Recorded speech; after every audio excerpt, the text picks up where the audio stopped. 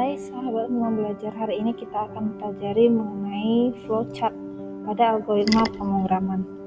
Tujuan pembelajarannya adalah peserta didik mengetahui apa yang dimaksud dengan flowchart dan peserta didik mampu memahami simbol-simbol pada pengembangan flowchart. Menurut Kamus Besar Bahasa Indonesia, algoritma yaitu prosedur sistematis untuk memecahkan masalah matematis dalam langkah-langkah yang terbatas. Lalu, bagaimana dengan program? Program adalah proses, cara, atau perbuatan memprogram. Jadi, dalam Kamus Besar Bahasa Indonesia, algoritma pemrograman adalah urutan atau langkah-langkah untuk menyelesaikan masalah pada pemrograman komputer. Bagaimana sih cara kamu login ke akun Twitter? Kamu mungkin menjawab, ya bisa menggunakan komputer, bisa menggunakan laptop, bisa menggunakan tablet, bisa menggunakan smartphone, dan sebagainya. Tentu ada cara-cara yang harus kita pahami. Dengan menggunakan algoritma deskripsi. Yang pertama adalah menuliskan di browser www.twitter.com, lalu masuk menggunakan email ID dan password, lalu klik tombol login. Itu dengan menggunakan algoritma dengan deskripsi. Bagaimana dengan algoritma flowchart? Nah, jadi kita mau memahami ada 6 simbol yang sering digunakan dalam flowchart. Yang pertama adalah terminal, simbol yang menunjukkan awal dan akhir suatu flowchart.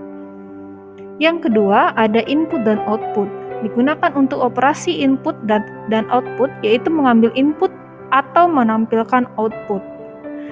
Yang ketiga ada proses, untuk menunjukkan semua operasi internal seperti perhitungan. Nah, itu ada di proses ini. Selanjutnya ada decision atau keputusan untuk mengajukan pertanyaan ya atau tidak. Kalau ya bagaimana, kemana, kalau tidak kemana. Nah, ini dengan menggunakan seperti belah ketupat, yaitu decision atau keputusan. Ada yang dimaksud dengan konektor. Konektor ini untuk apa? Untuk menghubungkan flowchart satu dengan yang lainnya. Ada kalanya flowchart kita itu terlalu panjang, jadi bisa dihubungkan dengan menggunakan konektor.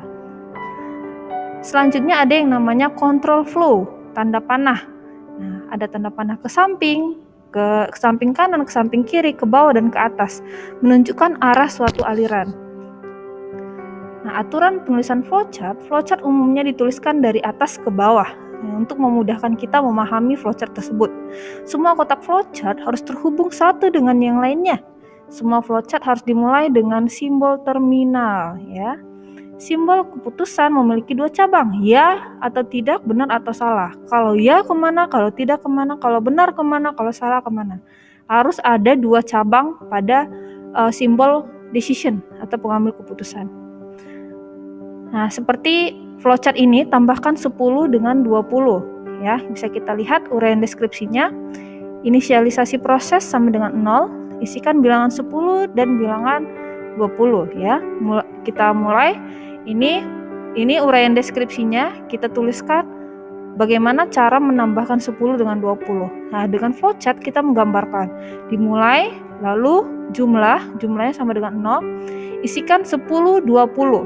Nah, lalu ada proses di sini, jumlah sama dengan 10 ditambah dengan 20. Nah, lalu ada cetak jumlah dan selesai, ya. Jadi pada flowchart 10 dengan 20 itu tidak ada simbol decision atau pengambil keputusan. Nah, demikian pembelajaran kita hari ini. Terima kasih.